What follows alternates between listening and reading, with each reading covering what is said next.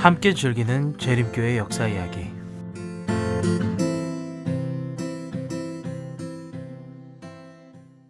안녕하십니까. 재림교회 역사 이야기 그 22번째 에피소드를 들으러 오신 여러분들을 환영합니다.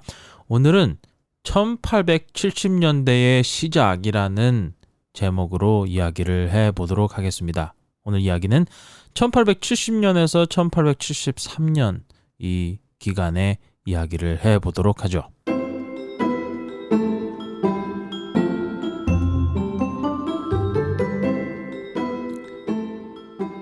지난 시간에는 제임스 화이트이 처음으로 대총회장에 선출된 직후에 겪었던 뇌졸중에 대해서 이야기했었습니다. 그리고 그 후에 이어진 고통스러웠던 회복 과정을 살펴봤죠. 교회 내 다른 모든 사람들은 리뷰와 막 시작된 서부 요양원들을 관리하기 위해서 나서야 했습니다.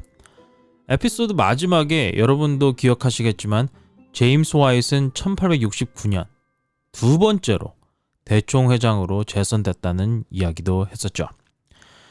1870년대로 이제 넘어가기 전 우리가 캘리포니아 골드 러시라고 부르는 미국 역사를 좀 살펴봐야 하겠습니다. 이 러시는 1850년대 초부터 시작됐죠. 당시 로체스터의 한 사업가가 존 러포로에게 캘리포니아에 가서 금을 캐볼 생각이 있냐고 물어봤다고 합니다. 이때는 러포로가 재림교인이 되기 전이었는데 그는 거절했습니다. 러포로가 망설일 만한 이유는 충분했죠. 첫째, 그는 곧 결혼할 예정이었고 당시 캘리포니아로 신혼여행을 가는 것이 지금처럼 낭만적이지는 않았습니다. 둘째, 위험이 너무 컸죠. 그래서 러포로는 후원자를 필요로 했던 겁니다. 날카로운 눈을 가진 사업가들은 금광을 채굴하는 것보다 광부들로부터 돈을 버는 게 훨씬 쉽다는 사실을 빨리 깨달았죠. 하지만 그 모든 것보다 중요한 건 그곳으로 가는 비용과 위험이 어마어마했다는 사실입니다. 보통 사람들은 아이오와나 미주리로 가는 기차를 타고 그 다음부터는 마차나 소 한 쌍을 사서 한 3개월에서 5개월에 걸쳐서 다른 여행자들을 따라가야만 했습니다. 그 비용은 당시 돈으로 $400 정도 됐었는데 당시 작은 마을에서 집을 한 채 살 수 있는 돈이었다고 하죠. 인디언들과 싸우다가 죽거나 밥을 못 먹어서 기아로 죽지 않으면 아마도 병에 걸릴 확률이 컸을 겁니다. 그래서 러포로는 난 여기서 잘 지내고 있으니까 됐어 라고 생각했던 것이죠. 하지만 또 다른 재림교인이 이 금광 열기에 흥미를 가졌고 1859년에 서부를 향해서 떠났습니다. 살펴보면 재림교인들은 항상 이 사회적 트렌드를 조금 늦게 따라잡는 경향이 있는 것 같아 보이죠. 제임스 화이트이 교회를 조직하자고 처음 추진하고 있을 때 메릿 켈러그는 서부를 바라보고 있었습니다. 메릿 켈러그는 J.P. 켈러그의 아들 중 한 명이었죠. J.P. 켈러그는 배틀크릭에서 최초의 재림교인 중 한 명이었고 제임스와 엘렌을 그곳에 정착하게 도왔던 사람이었습니다. 메릿은 존 하비 켈러그와 윌리엄 키스 켈러그의 이복 형제였습니다. 아니, 이 이름을 듣고선 여러분 중에 그럼 켈러그 집안이 어떻게 된다고요? 하고 생각하시는 분들이 있다면 걱정하지 마세요. 좀 복잡하지만 앞으로는 곧 한 명만 기억하면 될 것 같습니다. 메릿이 서부로 향했던 대서사적인 여정에 많은 정보는 없지만 당시 상황을 생각해 봤을 때 아마도 인디언이나 독사, 늑대, 회오리바람, 여기 토네이도라고 하죠. 미국에서 회색 곰, 그다음에 식량 부족, 그리고 병에 관한 이야기들이 있을 거라고 생각합니다. 재미있는 점은 메릿이 처음에는 콜로라도에서 금을 캐려고 했었다는 거예요. 콜로라도라고 하면 이 서부 캘리포니아 가기 전이죠. 하지만 어쩌면 혹독한 이 콜로라도의 삶 때문이었을까요? 그는 더 서쪽으로 가기로 결심했습니다. 메릿은 샌프란시스코에서 몫으로 일자리를 얻었는데 하루에 무려 $10를 벌었다고 합니다.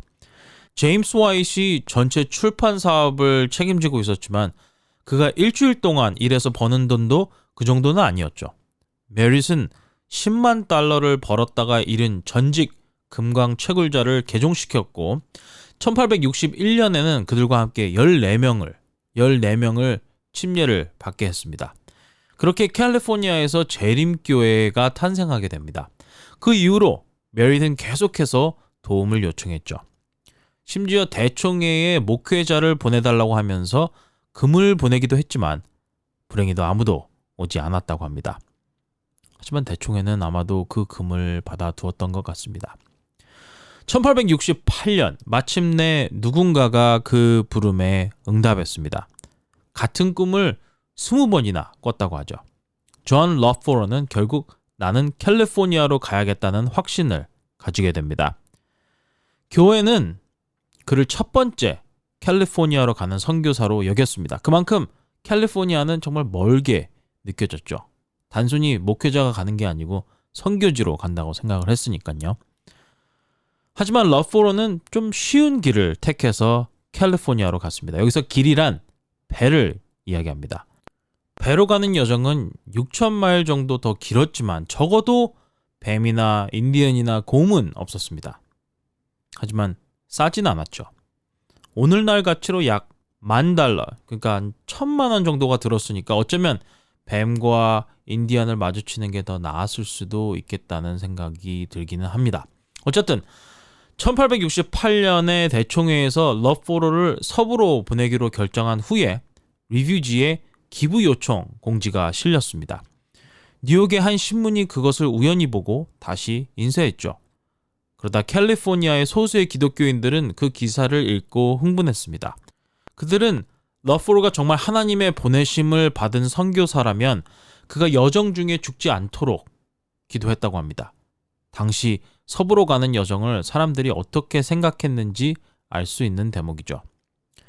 캘리포니아는 계속해서 흥미로운 일이 일어나는 곳이었습니다. 에이브라함 라루라는 사람이 재림교회 목회자에게 침례를 받았고 그는 교회의 첫 번째 선교사로 중국에 가고 싶어 했습니다. 정말로 미국 외부의 첫 번째 선교사가 되고 싶었던 것이죠. 윌리엄 헌트라는 사람도 침례를 받고 러포러가 가진 모든 책, 전도지 소책자를 사가지고 뉴질랜드로 떠났습니다. 또 남아프리카로 가서 다이아몬드를 찾기 원했죠. 남아프리카에 있는 헌트를 돕기 위해서 대총회에서 선교사를 보낸 건 그로부터 30년 후의 일입니다. 하지만 이런 일들이 캘리포니아에서 계속해서 일어났습니다. 그 열기에 휩싸여서 제임스와 엘렌도 1872년에 캘리포니아에 가서 무슨 일이 벌어지고 있는지 확인하고 싶었죠. 하지만 그 얘기는 나중에 다루도록 하겠습니다.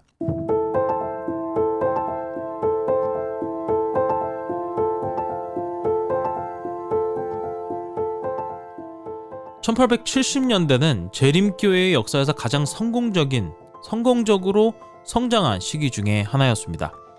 이 시기에 교회의 주요 인물들이 등장했죠. 물론 그 과정이 쉬웠던 것은 아니었습니다.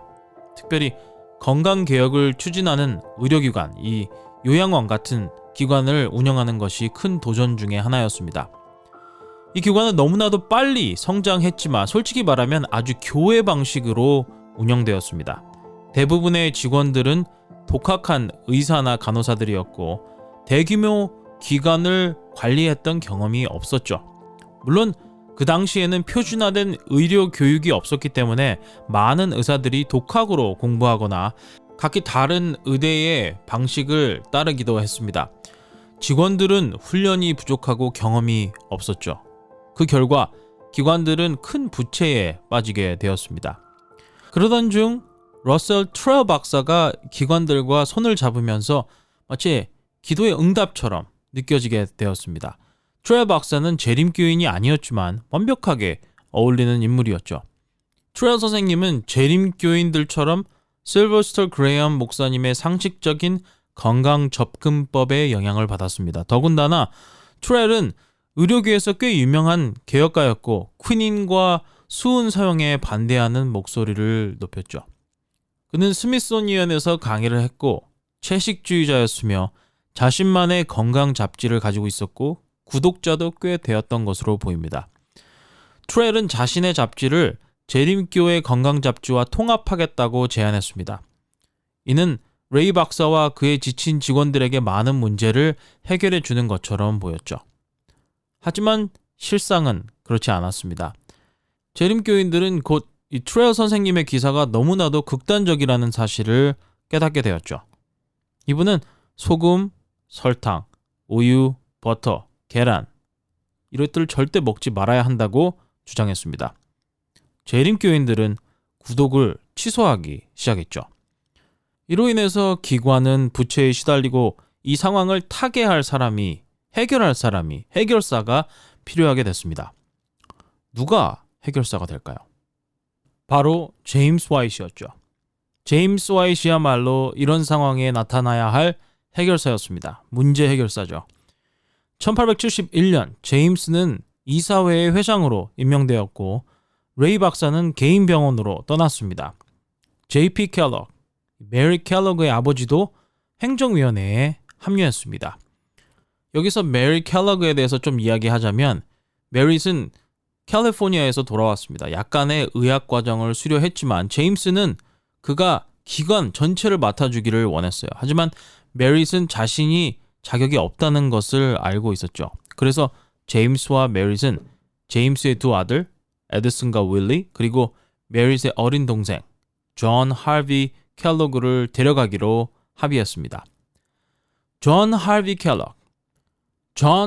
켈러그는 원래 교사가 되려고 선생님이 되려고 공부를 하고 있었지만 제임스는 그를 트레어 박사의 이 위생치료학교 Hygiotherapeutic College라고 영어로는 나와 있는데 그곳에 가도록 설득했습니다.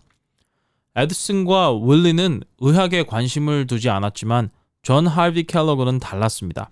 모두가 그의 눈빛에서 빛을 볼 수가 있었죠. 그는 천재적인 재능을 가지고 있었고 마침내 두각을 나타낼 분야를 찾게 된 것입니다. 1872년 존 하비 켈러그는 교사가 되려고 준비를 하고 있었지만 1876년까지 다양한 의학 교육을 받은 다음 여기서 의학 교육이란 이 미시간 주립대 이 의대 그리고 뉴욕에 있는 밸리뷰 병원 의과대학을 이야기합니다. 그러니까 꽤 좋은 곳에서 이 의사가 되는 수료를 받게 된 것이죠.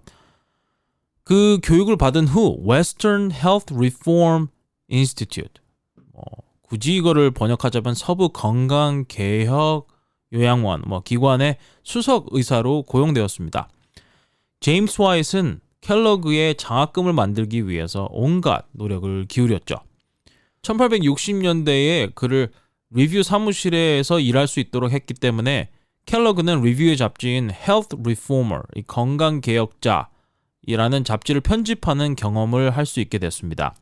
이 잡지에 대해서 이야기를 해보자면 켈러그는 이 잡지의 이름을 Good Health라고 바꾸었고 기관의 이름도 배틀 크릭 요양원, 이 배틀 크릭 세니테리움이라고 변경했습니다. 어쨌든 다시 돌아가면 켈러그의 나이는 당시에 겨우 23살이었죠. 하지만 이 운동은 이미 밝고 열심히 일하는 젊은이들이 무엇이든 해낼 수 있다는 것을 입증했습니다. 켈러그는 그 후 67년 동안 배틀 크릭 요양원을 책임졌고 그 누구도 그에게서 그 자리를 빼앗을 수 없었습니다. 역사적으로 실제로 많은 이들이 켈러그의 자리를 욕심냈었죠.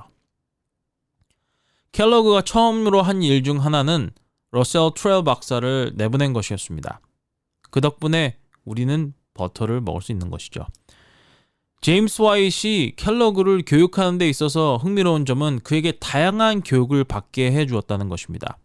물론 먼저 트레일의 대체의학을 경험하게 했죠. 하지만 미시간 대학교와 뉴욕의 밸류 의과대학은 미국 의학협회의 영향을 받고 있었고 이는 당시 주류 의학의 사상을 대표하는 곳이었습니다. 밸류는 1880년대에 앤드류 카네기로부터 거액의 기부를 받아서 현재는 뉴욕 유니버시티라고 부르죠. 이제 뉴욕 대학교 의과 대학으로 알려져 있습니다. 재림교인들이 대체의학 아이디어에서 많은 것을 빌렸지만 제임스는 켈러그를 전통적인 의과 대학과 대체의학 모두 교육받도록 할 만큼 넓은 시야를 갖게 해주고 싶어 했습니다. 이 결정 덕분에 요양원이 살아남을 수 있었죠. 트레일의 치료 기관과 같은 실험적인 의료기관들은 곧 문을 닫았지만 이 배틀 크릭 요양원, 이 켈러그가 감독했던 이런 요양원은 미국에서 가장 유명한 병원으로 성장하게 되었습니다. 그 당시 1876년의 켈러그는 당시 교회의 지도자들에게 곽광받는 지도자가 아니었습니다. 요양원에는 20명의 환자가 있었는데 켈러그가 부임했을 때 의사가 교체된 것에 의해서 실망한 6명의 환자가 떠났습니다. 또 다른 두 환자는 23세의 켈러그를 보고 에이, 너무 젊다고 생각한 거, 너무 어린 사람이라고 생각한 것이죠. 어쨌든 이런저런 경우를 합쳐서 켈러그가 부임했을 때 환자의 40%가 떠났습니다. 하지만 몇 달 안에 그는 모든 환자들을 다시 불러 모았죠. 아무런 문제도 없었습니다.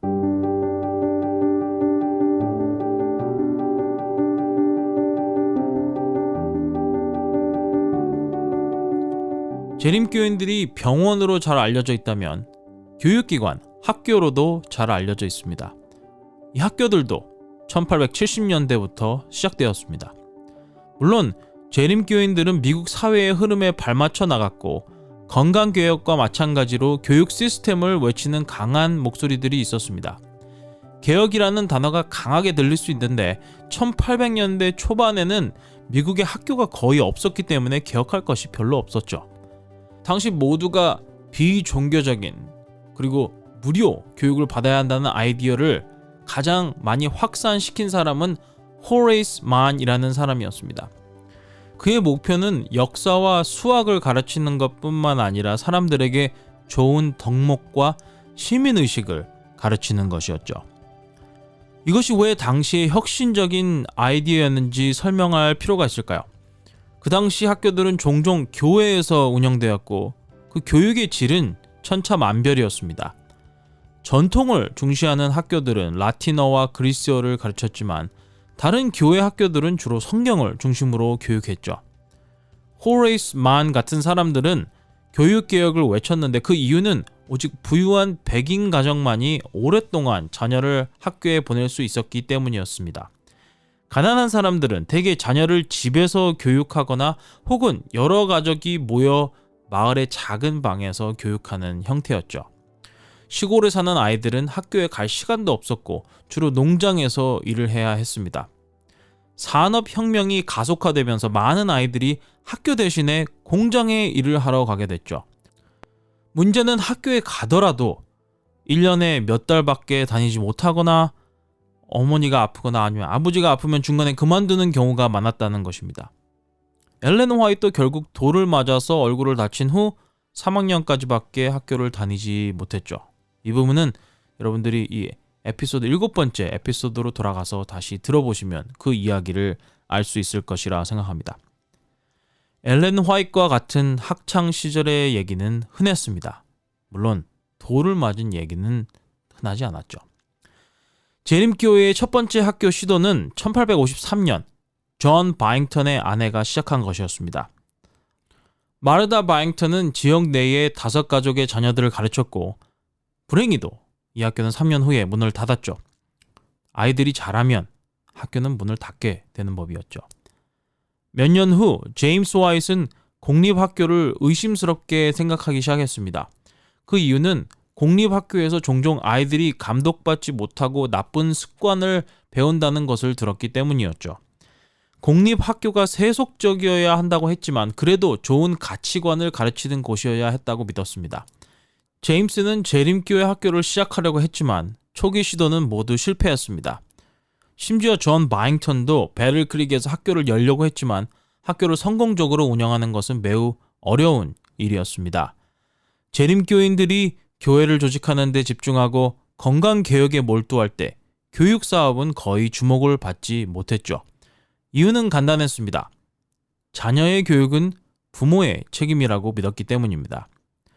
1868년 제임스가 뇌졸중에서 회복 중일 때 굿로우 하퍼 벨이라는 사람이 베럴 크랙의 오래된 리뷰 건물에서 작은 학교를 시작했습니다. 참고로 그 학생 중 2명은 존 하비 켈러그와 그의 형제 윌리엄 키스 켈러그였죠. 벨은 다른 이들이 실패한 곳에서 성공을 거뒀습니다. 벨은 미시간에서 15년 동안 공립학교 교사로 일했기 때문에 그 경험이 학교를 안정시켰죠. 어쨌든 벨의 학교는 베럴 크릭에서 성공을 거뒀고 그 성공은 제임스 화이트의 주목을 받게 되었습니다. 결론적으로는 교육 사업이 잘 되기 시작했으니 잘 된 일이라 생각할 수 있지만 제임스와 교회는 3년 동안 아무것도 하지 않았다고 전해집니다. 그러다가 1872년 대총회에서 공식적으로 이 학교를 인수하죠. 엘렌 화이트는 교육에 대한 에세이를 썼는데 그녀는 교육이 단순히 사실만을 가르치는 것이 아니라 인격 형성에도 집중해야 한다고 주장했습니다. 이는 호레이스 만과 같은 다른 개혁가들이 주장한 것과 일치했지만 재림교회적인 초점을 더한 것이었죠. 엘렌 화이트는 성경만이 유일한 교과서가 되어서는 안 된다고 생각했습니다. 성경을 가르쳐야 하지만 학생들은 세상에 대해서도 배워야 한다고 했죠. 그녀는 이렇게 썼습니다. 젊은 마음을 다루는 것은 남성과 여성들이 맡은 가장 섬세한 일입니다. 몇 년 후 베를크릭 학교가 베를크릭 대학이 되었을 때 엘렌 화이트는 재림교회의 교육이 어떤 모습이어야 하는지에 대해서 분명한 비전을 가지게 되었습니다. 건강개혁과 마찬가지로 개혁을 외쳤던 사람들의 아이디어를 이용했지만 거기에 재림교회만의 색깔을 더했던 것이었죠.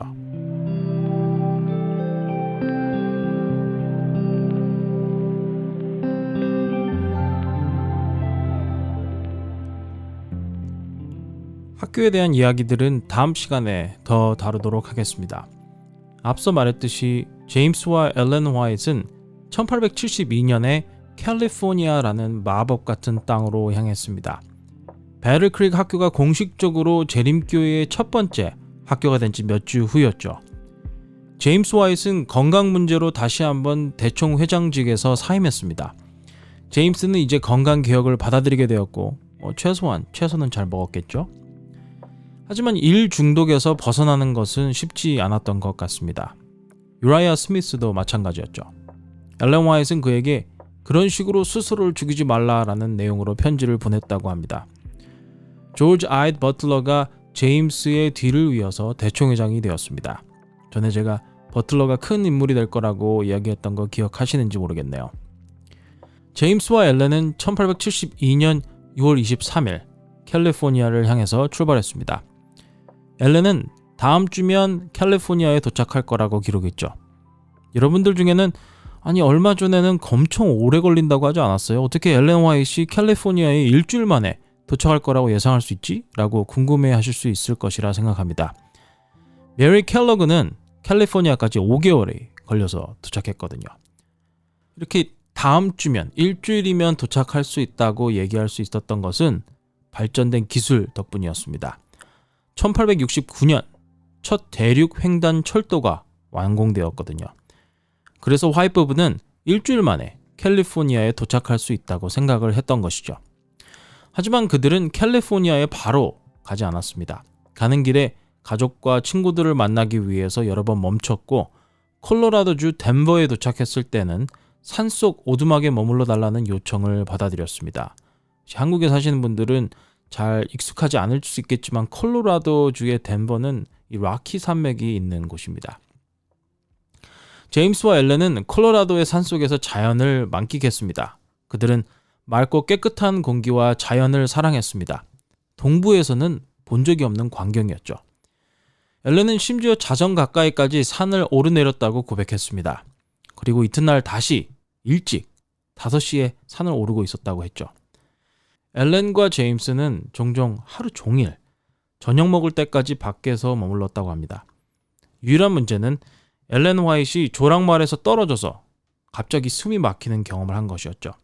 엘렌은 금방 회복했지만 그 사고의 후유증으로 40년이 지나도 만성 통증에 시달렸습니다. 어떤 의사는 인대가 살짝 찢어졌을 것이라고 주장했습니다.